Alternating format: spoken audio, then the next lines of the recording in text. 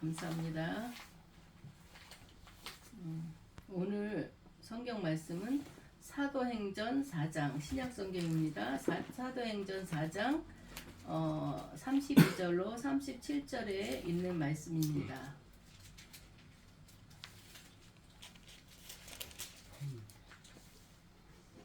사도행전 4장 32절로 37절에 있는 말씀 우리가 한 목소리로 합독하시겠습니다. 시작합니다. 믿는 무리가 한 마음과 한 뜻이 되어 모든 물건을 서로 통용하고 자기 재물을 조금이라도 자기 것이라고 하는 이가 하나도 없더라. 사도들이 큰 권능으로 주 예수의 부활을 증언하니 우리가 큰 은혜를 받아 그 중에 가난한 사람이 없으니 이는 밭과 집 있는 자는 팔아 그 판 것의 값을 가져다가 사도들의 나라에 드네 각 사람의 필요에 따라 나누어 줍니다. 그부로에서 레이족 사람이 있으니 이름은 요셉이라. 사도들이 일컬어 하나하나 하니 그가 같이 있음에 팔아 그 값을 가지고 사도들의 발 앞에 드리라. 아멘. 잠깐 기도하겠습니다. 할렐루야. 살아계신 아버지 하나님, 주님의 은혜를 진실로 감사합니다. 한 주간 동안도 주님이 지켜주시고 뒤돌아보는 1년 한 해도 주님이 지켜주셔서 우리가 아버지 하나 주님 은혜 가운데서 평안하게 한 해를 지날 수 있도록 주님이 인도해 주시는 은혜를 진실로 감사합니다. 오늘도 주일날 주님의 날에 주님 앞에 예배드리기 위해서 주님의 전에 나왔습니다. 아버지 하나님, 저도 심령마다 주님이 만져주시었고 저도 머리 위에 성령의 강력한 기름으로 부어주셔서 오늘 예배가 헛된 예배가 되지 않도록 하옵시고 우리의 마음을 뜨겁게 하는 예배가 될 수 있도록 우리 주님 도와주었고 이끌어 주시옵소서. 주님께서 부족한 종을 세우셨습니다. 오늘도 주님의 도구로 쓰임받기 원하오니 성령이 역사하여 주시었고 성령이 기름 부어 주셔서 이 시간에 전하는 자나 듣는 자나 서로가 은혜가 되게 하여 주었고 오직 하나님께만 영광 돌릴 수 있는 귀하고 복된 예배 시간이 될 수 있도록 주님 인도하여 주시옵소서. 나의 삶의 주인이 되신 예수님 이름으로 감사하며 기도드리옵나이다. 아멘. 한 주간도 주님 은혜 가운데 잘 지내셨죠? 아멘. 한 해를 돌아볼 때 제가 올 한 해는 더 의미가 있었던 것 같습니다. 100일 작정 기도도 하나님 앞에 시간 예물을 드려가면서 100일 작정 기도를 했고 또 그 기도를 함으로써 제가 깨달은 게 참 많이 있습니다. 제가 무엇을 하나님 앞에 달라고 그러기 이전에 하나님께서는 내 그릇을 만들어 주시는구나. 그릇이 되지 않는데 하나님께서는 절대 주실 수가 없습니다. 그것을 또 깨달았고 하나님의 뜻에 내가 합당하게 나가야 된다는 거. 이 기도를 통해서 많은 것을 하나님께서 깨닫게 해주셨던 거를 올 한 해를 돌아보면서 이게 나한테 큰 수확이었구나. 목회를 한다 하면서도 내가 모든 것이 다 된 것처럼 생각했다가는 그거는 아니라는 거를 깨달았습니다. 부족한 건 알았지만 그래도 내가 기도하지 않고서는 나의 부족한 점을 모른다는 거. 우리가 기도할 때 주님의 음성을 들을 수 있는 거고 기도할 때 하나님의 뜻을 깨닫게 된다는 것을 더 많이 깨달은 한 해였던 것 같습니다. 그래서 이번 추수감사절은 주님 앞에 더 감사해요. 부족한 자를 하나님께서 이렇게 세워주셨고 우리 인원은 얼마 되지 않지만 매주마다 하나님 앞에 예배드릴 수 있도록 도와주신 하나님께 더욱더 감사를 드립니다. 우리 모두 하나님 앞에 영광의 박수 드리겠습니다. 이제 본문으로 들어가서 제가 질문 하나 하겠습니다. 하나님이 지금 이 시간에 나를 데려간다면 천국 갈 수 있는 사람. 아멘. 이태영 성도님이랑 전은영 성도님은 천국 갈 생각이 없어요?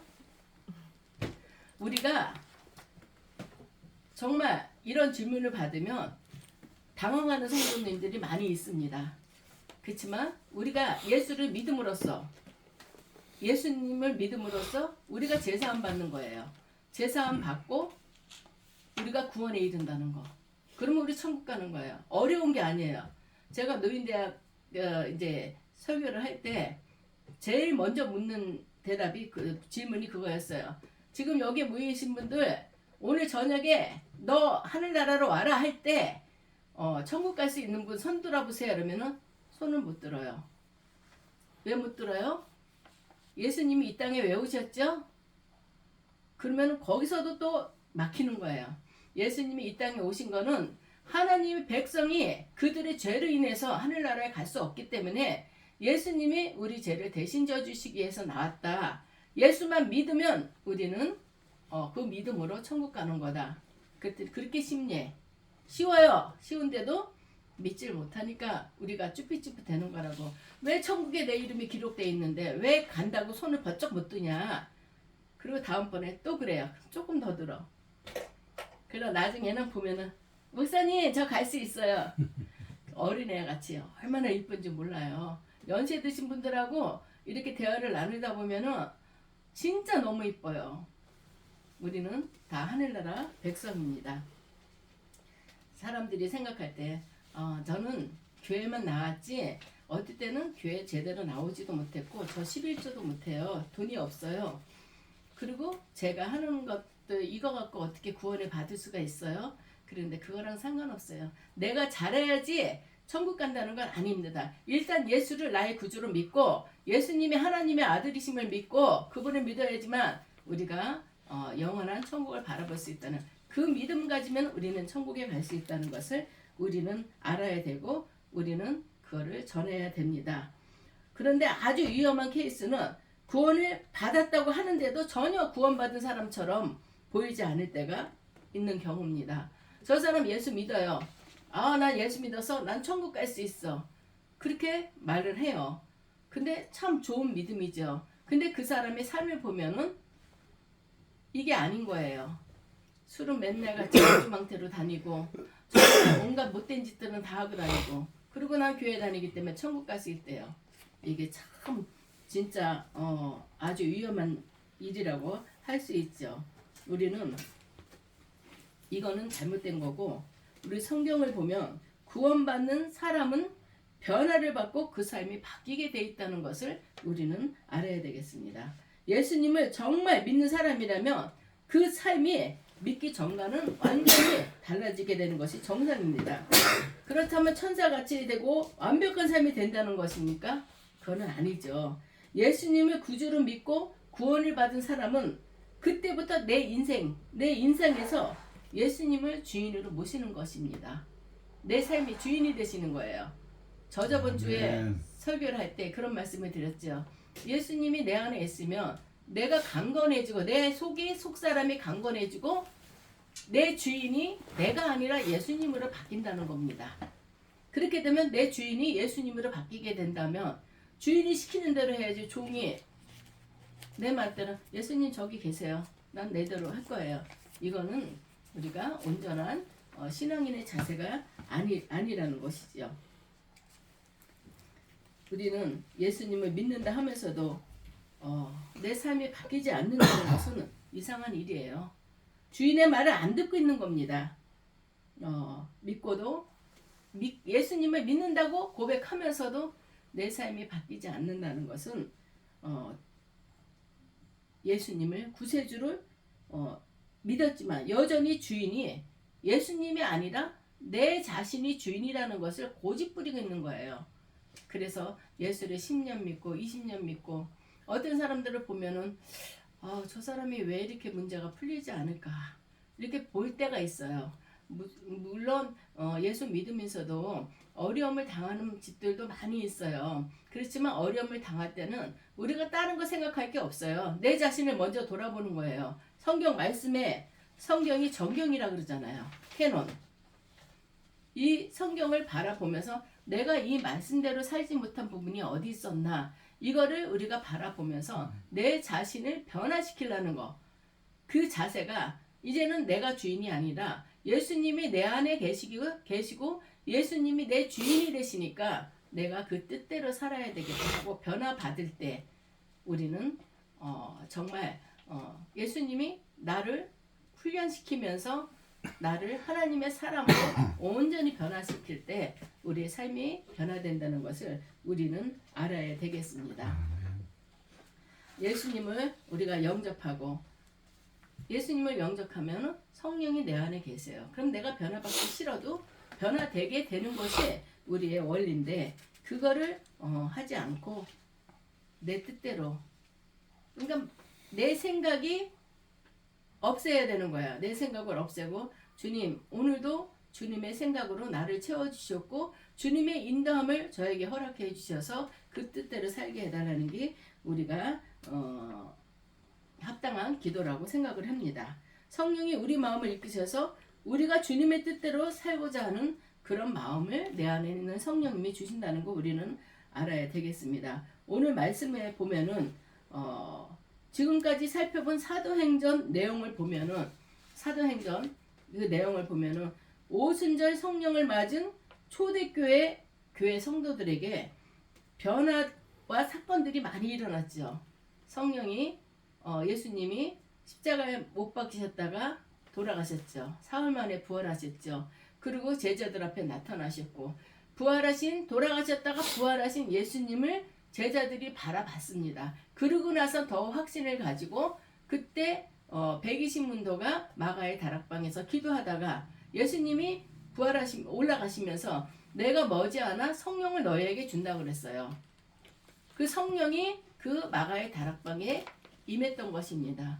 그러니까 이 사람들이 뜨거워지고 내가 잘못한 걸 먼저 회개했어요. 사람이 은혜를 받는다는 건 내 잘못을 먼저 느끼게 됩니다.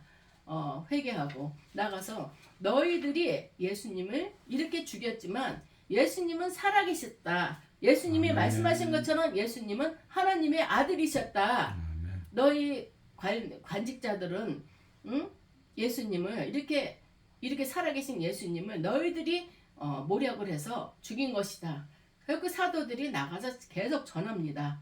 그러니까는 로마의 그 관료들이 얼마나 자기들이 비참해지겠어요. 예수님을 하나님의 아들인데 자기들이 죄 없는 사람을 죽였다는 것밖에 안 되거든요. 그러니까 이 자들을 옥에 가두기도 하고 니네들을 전하지 말아라. 니네 잘못한 거다. 그리고 사람들한테 저 제자들이 지금 헛소리하고 다닌다.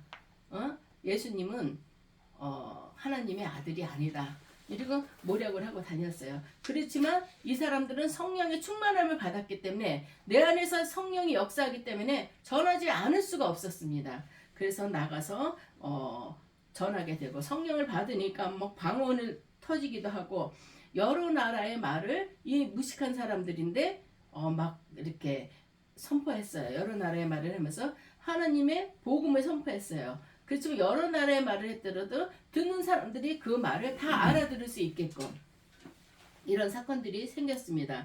또 베드로의 담대한 설교를 통해서 3,000명이 그날 하루에 회개하고 세례를 받는 일이 생겨났고 또 성도들은 기쁨과 감격이 가득 차서 매일 성전에 모여서 예배했고 또 집집마다 소그룹으로 모여서 사랑을 나누고 또 교제하고 날마다 구원받는 사람들을 더해주시는 놀라운 참 부흥의 역사가 일어났던 것을 우리는 알 수 있습니다. 또 베드로와 요한이 성전에 기도하러 가다가 성전 미문에 앉아있는 다리를 못 쓰는 사람 이분을 만났죠. 그래서 내가 너에게 돈 금가운은 줄 수 없지만 나사렛 예수 이름으로 명하노니 일어서라. 그랬을 때 그 다리를 못 쓰는 사람이 다리에 힘이 들어가고 일어나서 성전 미문에서 그냥 성전 안으로 다니면 사람들한테 이분이 나를 고쳐줬다. 이분이 나를 고쳐줬다.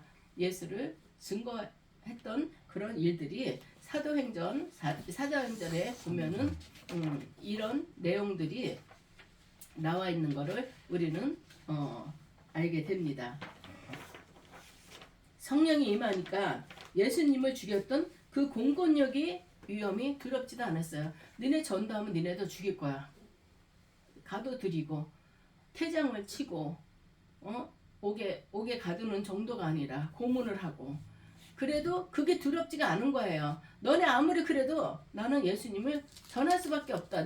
너가 죽인 예수가 하나님의 아들 맞다. 그분을 믿어야지만 우리가 구원을 받는 거다 하고 담대히 이 초대교회 교인들이 전했던 것을 우리는 알 수 있습니다. 바로 이런 것들이 오순절에 성령을 받은 이후 일어난 사건들입니다. 정말 놀라운 변화가 그들에게 일어난 것이죠. 이전에 이들은 이런 사람들이 아니었죠. 베드로는 물고기 잡는 사람이었고 다들 자기 각처에서 일을 하는데도 어딘 고위 간직에 있던 사람들이 아니라 사람들이 천히 여기는 그런 직업을 하면서도 그렇게 살던 사람들은 성령을 받으니까 무엇보다도 더 담대해지고 강해지고 유숙해졌던 거예요. 그리고 사람들이 볼 때 저 사람 물고기 잡던 사람인데 저 사람 뭐 하던 사람인데 어떻게 저 사람이 저렇게 유창하게 외국어를 할 수 있을까. 보는 사람들이 다 놀랄 정도 그런 일들이 생겨나고 있었던 것입니다. 그것은 성령을 받았기 때문에 성령이 내 안에 임재했기 때문에 그런 엄청난 변화가 교회 공동체 안에서 일어났던 것입니다. 또 여기 32절에 보면 믿는 무리가 한 마음과 한 뜻이 되어 모든 물건을 통용하고 자기 재물을 조금이라도 자기 것이라고 하는 이가 없더라. 성령이 임하실 때 놀라운 일들이 일어났는데 우리의 인생관과 세계관이 변화될 뿐만 아니라 물질관도 변화됐다는 것을 말하고 있습니다. 자기의 재물을 자기 것으로 생각하지 않는 것이 조금 아이러니하죠. 내 거야. 근데 내 거라고 생각을 안 하는 거야. 성령을 받고 나니까. 그래서 이상하게 돈에 대한 자유한 마음이 생기기 시작하는 것입니다. 아무도 자기 소유를 자기 것이라고 하지 않았다는 거예요. 성령이 충만해지니까 이거는 다 하나님 거지 내 거는 아니다. 이런 마음을 가졌다는 것이요.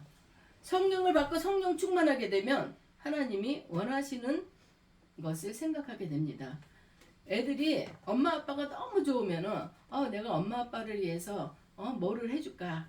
어떻게 해야지 될까? 이런 생각을 합니다. 부모도 내 자식이 너무너무 귀엽고 내 자식이 너무 사랑스럽고 존귀해요. 그럴 땐 좋은 옷 입히려고 그러고 좋은 거 먹이려고 그러고 좋은 환경에서 내 자식을 양육하려고 그런 마음을 갖는 거나 마찬가지입니다. 하나님이 나를 통해서 무엇을 원하시는지 내가 이제는 어린애가 아니고 내가 예수님을 직접 만났기 때문에 그분을 위해서 내가 어떻게 일을 해야 되는 건가. 그래서 자진해서 전도를 해요. 이 사도행전에 나올 때 예수님이 부활사건을 본 자들은 나가서 전하는 게 예수님은 살아계시다. 예수님 부활하셨어요. 예수님이 말씀하실 때 너는 하나님의 아들도 아니면서 너는 거짓말을 한다. 그리고 예수님은 모략을 했던 거예요. 하나님의 아들도 아니야. 지가 사흘 만에 성전을 헐어 신성 모독한다고 예수님의 죄가 더 가해졌죠. 그렇지만 예수님은 돌아가셨어요. 이걸로 끝났으면은 그들에게 할 말이 없지만 부활하셨잖아요. 도마 같은 사람은 도마 같은 제단은 정말인가? 내가 영을 보는 거 아닌가? 예수님의 옆구리까지 만져봤어요. 예수님의 영을 칼로 예수님의 옆구리를 찔렀던 그 자리를 만져보고서야 믿었던 것입니다. 그러니까 이 제자들이 전하지 않을 수가 없어요. 너희들은 지금까지 예수님을 모독했다. 예수님 하나님 아들 맞다. 우리가 예수님의 십자를 어디다 갖다 숨긴 것이 아니고 예수님은 부활하셔서 우리도 보고 너희도 본 것처럼 하늘로 올라가셨다. 우리 있을 처소를 예배하러 가셨다. 이걸 전하는 거예요. 계속. 얼마나 성령이 충만했으면은 나 죽을 것도 모르고 그 사람들 두려워하지 않고 이렇게 전할 수 있었다는 것. 성령이 내 안에 충만하기 때문에 내 안에 성령이 충만하게 되면 내 속사람이 강건해지고 내 삶의 주인이 예수님이 되는 거예요. 그렇기 때문에 그렇게 강하고 담대하게 전할 수밖에 없는 것이죠. 성령이 우리를 가득 채우고 충만해지면 또 하나님의 사랑에 차고 넘쳐서 이웃에게도 그 사랑이 흘러나가는 것입니다. 사랑이 넘쳐서 우리끼리만 사랑하려는 게 아니에요. 이웃이라는 건 믿지 않는 자들. 믿지 않는 자들에게도 사랑이 흘러 넘치는 겁니다. 그들이 봤을 때 저 예수 믿는 자들 너무 대단해. 초대교회 때도 열병으로 다 죽어 흑사병으로 다 죽어 나갔을 때 그 사람들 뒤처리해 줄 사람이 없는데 예수 믿는 자들이 도망 다니다시피 했어요. 그런데도 밤에 나와서 그 시체를 다 수습해주고 그랬던 일들이 있습니다. 낮에 보니까 시체들이 없어요. 누가 했나 보니까 예수 믿는 사람들이 밤에 나와서 그 굳은 일, 목숨을 두려워하지도 않고 옮을까봐 나라에서도 못하는 일을 예수 믿는 자들이 했다는 거야. 이거는 예수님이 사랑에 넘쳤기 때문에 그 사랑이 넘쳐서 이웃까지 사랑할 수 있었다는 거. 이것이 바로 하나님의 사랑이고 이웃 사랑이라는 것입니다. 하나님 사랑으로 가득 찰 때 그것이 흘러 넘쳐서 이웃 사랑으로 흘러간다는 것이 성경이 말씀하는 하나님 사랑, 이웃 사랑이라는 것이죠. 이웃 사랑이 없는 종교는 종교적 열심은 가짜예요. 이웃을 사랑하지도 못하고 내가 예수 믿으세요, 예수 믿으세요 하고 굳은 일은 거들떠 보지도 않고 그거는 우리가 진정한 예수님의 사랑이 아니라는 것을 우리는 얘기하고 있습니다. 바리새인들이 그랬어요. 바리새인들이 하나님 나는 하루에 몇 번씩 하나님 앞에 기도를 합니다. 나는 헌금을 얼마를 해요. 자기 자랑을 하는 거예요. 다른 사람과 비교해서 누구는 이태영 성도님은 11조를 10만 원밖에 안 해요. 나는 20만 원 해요. 나는 100만 원 벌면 11조가 10만 원이거든요. 나는 100만 원 벌지만 주님 앞에 나 20만 원 드려요. 그거는 내가 잠잠해도 주님이 다 알고 있는데 나를 자랑하거나 나를 드러낸다는 것은 좋은 일이 아니에요. 그거를 바리새인들처럼 하는 그런 종교, 이웃사랑이 없는 종교가 그렇다는 것을 얘기하고 있습니다. 먼저 또 여기에 보면 성도들은 믿는 무리라고 불렀어요. 그냥 교회나 교인들 이렇게 부르지 않았습니다. 믿는 무리. 이거는 복수죠. 개개인뿐만 아니라 믿는 무리, 즉 한 공동체라는 것을 말씀하고 있습니다. 어려운 사람들을 돌보고 이웃사랑을 실천하는데 관심이 있었던 것이라는 것입니다. 이것은 물질에 대한 개인적인 태도의 변화뿐만 아니라 공동체적으로 이렇게 변화되고 있다는 것을 말하고 있습니다. 이거는 내 자신, 내 가정 이것만이 아니라 우리 예수 믿는 사람, 예수 믿지 않는 이웃까지도 공동체로 생각을 하고 있는 것입니다. 개인적으로 누구를 불쌍히 여기는 마음을 가질 수도 있어요. 그렇지만 개인적으로 도와줄 수도 있어요. 개인적으로 도와줄 수 있어요. 그런데 성경은 첫 예루살렘 교회는 개인 차원에서 돕는 것이 그것에 머문 것이 아니라 내 식구들, 내 교인들 이게 아니라 그것을 넘어서 내 교인들과 더불어 이웃까지도 믿지 않는 자들까지도 사랑했다는 것이 큰 주목할 만한 내용이죠. 모두가 공동체 차원에서 돕는 데 관심을 가졌습니다. 믿는 무리가 함께 하나님이 주신 물질을 선교와 구제로 쓸 수 있다는 것이 이것은 우리의 힘으로 할 수 있는 게 아닙니다. 성령의 역사라고 얘기할 수가 있는 것입니다. 분명히 그냥 나오는 사람들 그런 것이 아니라 믿는 무리가 그렇게 했다는 것입니다.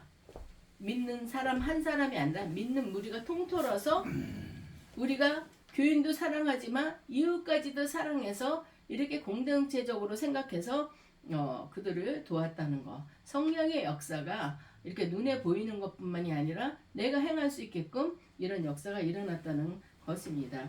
두 번째로 보면은 한 마음과 한 뜻이 되었다고 그랬어요. 사실 돈에 대한 생각이 사람마다 달라요. 돈 안 아까운 사람이 어디 있어요? 내 돈 다 아까운 거예요. 그렇지만 내가 써야 될 일이니까 쓰고 돈을 사용함에 있어서 마음이 하나 된다는 것이 쉬운 일이 아닙니다. 게다가 교회는 한두 사람도 아니고 여러 사람이 같이 모여 있는데 돈을 한 방향으로 쓴다는 것이 쉬운 일이 아닙니다. 그런데 믿는 무리에게 성령이 임하니까 뭐가 임했다고요? 성령. 그렇죠. 성령이 임하니까 구제와 사역에 있어서 한 마음 한 뜻이 되었다는 말씀입니다. 이처럼 한 마음과 한 뜻을 갖는 교회가 성령 충만한 교회일 것입니다. 교회지만은 세상 사람 절반, 예수 믿는 사람 절반 이렇게 되면 교회가 온전히 잘 돌아갈 수 있겠어요? 항상 우리는 성령 충만으로 채워져야 됩니다. 오순절의 특징이 그 특징 가운데 하나가 모든 성도들이 한마음 한뜻이 된다는 거. 오순절 사건으로 통해서 모든 성도들이 한마음 한뜻이 됐다고 그랬어요. 그러면 교회가 잘 세워져 가는 것이죠. 그리고 다 같이 나누어 다 같이 썼다는 거죠. 특별히 다른 사람의 필요가 눈에 띄었다는 것입니다. 내 것만이 아니라 이웃을 다른 사람의 필요가 눈에 띄었다는 것은 그 이웃을 사랑하기 때문에 저 사람이 뭐가 필요하구나. 관심을 갖지 않으면 남이 무엇이 필요한지 모릅니다. 예수님 하나님의 사랑이 넘치고 그 사랑이 이웃으로 갔다는 거죠. 그랬을 때 저 사람이 뭐가 필요하니까 내게 있는 것을 그냥 갖다 주는 거야. 써. 너 이거 필요해? 써. 갖다 줍니다. 또 그 사람은 나에게 필요한 것을 또 갖다 주고 서로 아끼거나 숨겨두지 않고 가져와서 같이 썼다는 것입니다. 아깝지 않으니까 서로의 필요를 따라 공급해 줄 수 있었던 것입니다. 성령이 임하니까 가치관이 바뀌었다는 것입니다. 다른 지체의 필요가 내 소유보다 더 크게 느껴졌던 거예요. 나도 필요하지만 내가 너무 좋은 걸 갖고 있는데 저 사람이 필요해요. 난 아끼고 싶은 거 있어요. 나도. 그쵸? 다들 저 사람은 사랑하지만 나 이거는 내가 아끼고 싶어. 내가 소장하고 싶어. 이런 것도 있어요. 그렇지만 성령을 받으니까 내가 아무리 아끼고 싶은 게 있어도 저 사람이 필요하니까 써. 주는 거예요. 그게 이웃 사랑이에요. 그 사랑은 성령이 임하기 때문에 성령이 임했을 때 생기는 그런 사랑이라고 얘기할 수 있습니다. 형제 자매에게 갖다 준 것이고 이것 놀라운 것들은 다 여기 보면은 성령이 역사해. 성령이 하라 하니까 내 안에 있는 성령님이 우리가 내 안에 있는 성령이 역사하고 마음을 움직여주니까 그렇게 할 수 있다는 것입니다. 성령이나 성령 충만이라고 하면 뭘 생각하게 돼요. 우리가 저 사람 부흥해서 성령 충만했고 은혜 받았어. 그러면은 보통 보면은 막 저기 은사 받는 거 그거를 먼저 생각하고 그 은사를 받을 때 저 사람은 성령 충만이고 저 사람은 이 시기 오늘 아주 그냥 아주 원하잖아요. 우리가 부흥회나 뭐 하면 은사 받으려고. 그렇지만 은사보다도 더 중요한 것이 성령 충만이 그 성령 충만 통해서 사랑의 은사가 가장 중요하다고 이렇게 얘기하고 있습니다. 아멘. 성령 충만에 이게 깊은 단계예요. 모든 것이 다 중요해요. 방언도 중요하고 뭐 다른 은사도 예언도 중요하고 병고침도 중요하고 다 중요하지만 그것보다도 더 깊은 곳으로 더 내면적으로 들어가면 그 사랑이라는 것이 더 중요한 것을 우리가 알게 됩니다. 그래서 성령 충만은 이웃 사랑이라고 우리가 얘기할 수도 있죠.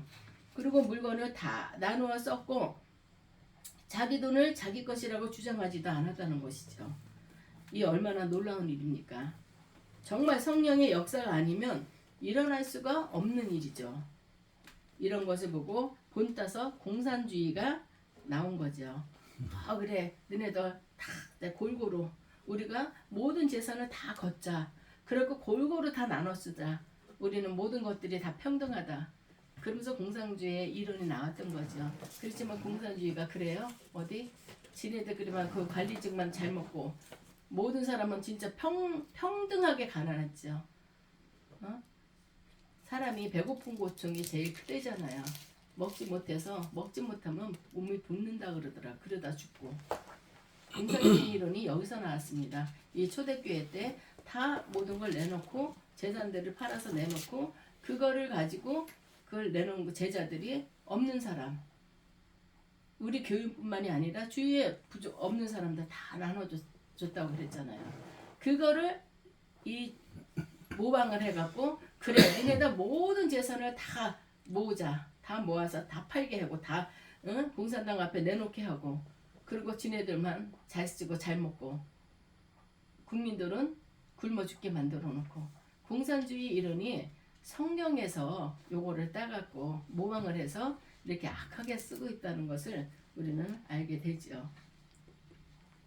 그렇지만 여기서는 다 똑같이 갖다 자기들의 재산을 팔아갖고 내놓으면 그거를 제자들이 부족한 자들, 없는 자들, 그래서 가난한 사람이 없었다고 그렇게 성경은 나오고 있습니다. 초대교회 성도들은 정말 평등하게 하고 자기 것을 주장하지 않았대요. 모든 것들이 하나님의 은혜고 하나님이 주신 거니까 쓰는 것도 하나님이다. 다 내놨어요. 그래서 자기 것을 주장하지 않았다는 거. 인간적인 방법이 아니라 성령의 역사 가운데 이런 일들을 했다는 것을 우리는 알게 되어 있습니다.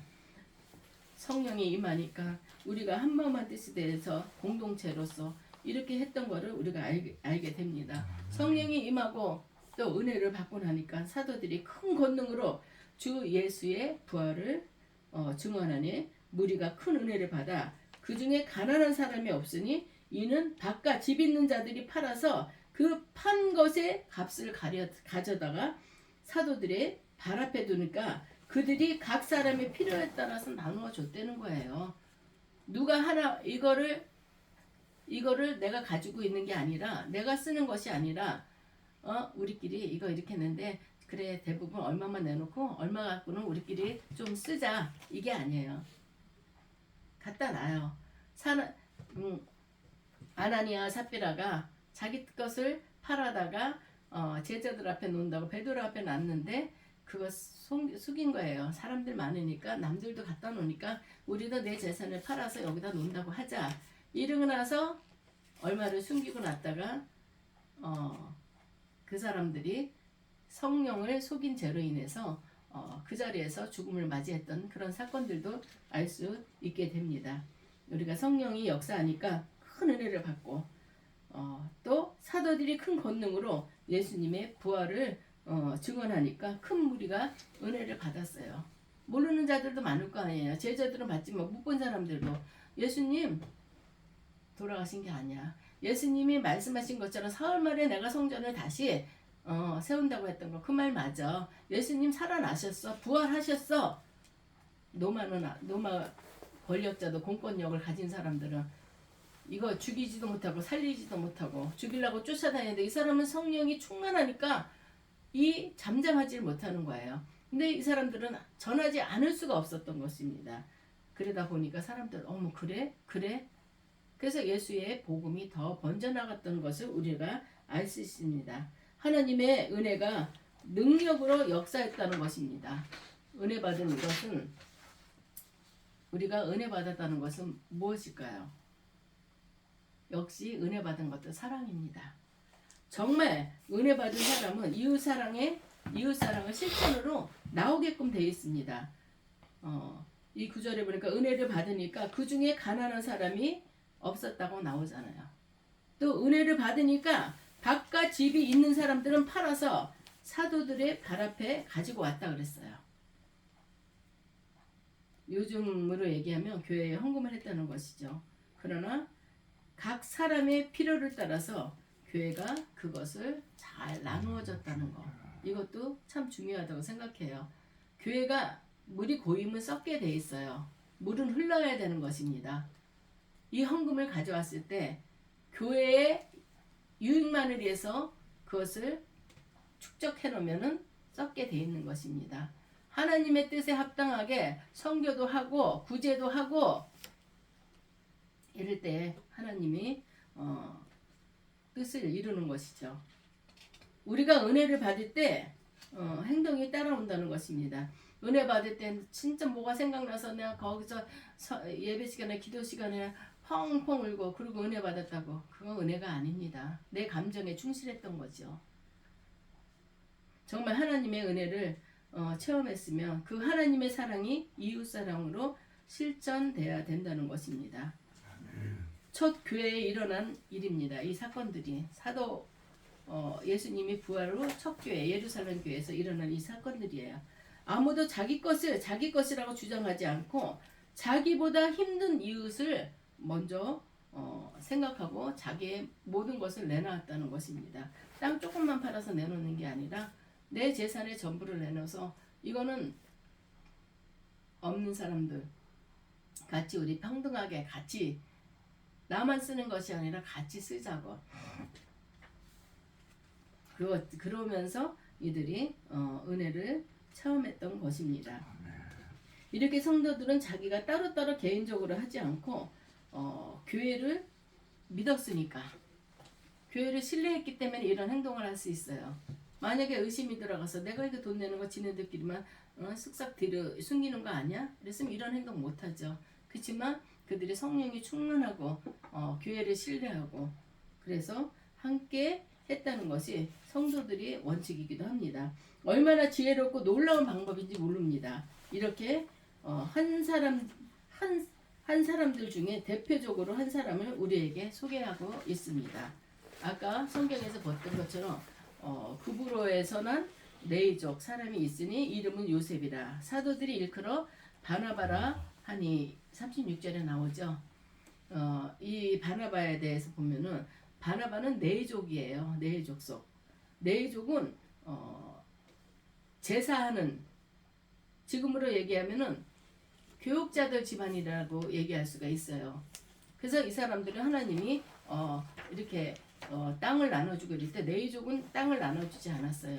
교회에 들어오는 헌금으로 먹고 살게끔 이분들한테는 그렇게 했던 것입니다. 그래서 이 사람들은 보면은 재산이 없겠죠.